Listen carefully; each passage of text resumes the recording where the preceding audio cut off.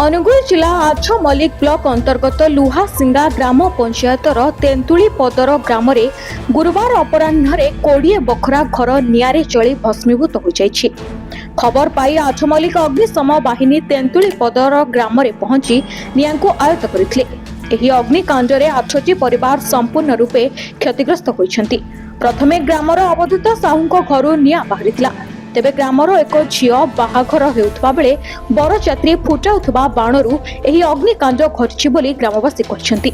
ग्रामरे दमकल बाहिनी पहुंची निआं को आयत्त करथिले हे 20 बखरा घर जळी पोड़ी पाउंस हो जाइछि।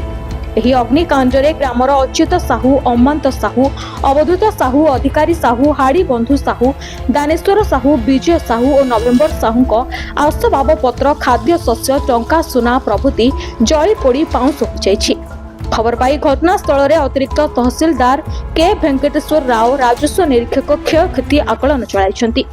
ब्लॉक ग्राम पंचायत उन्नयन अधिकारी नरेंद्र मेहर, लुहासिंगा ग्राम पंचायत सरपंच सुदर्शन गायकरिया घटनास्थल में उपस्थित रही लोकों थैथान और रंधा खाद्यर व्यवस्था करुवा जणाଯାଇଛି।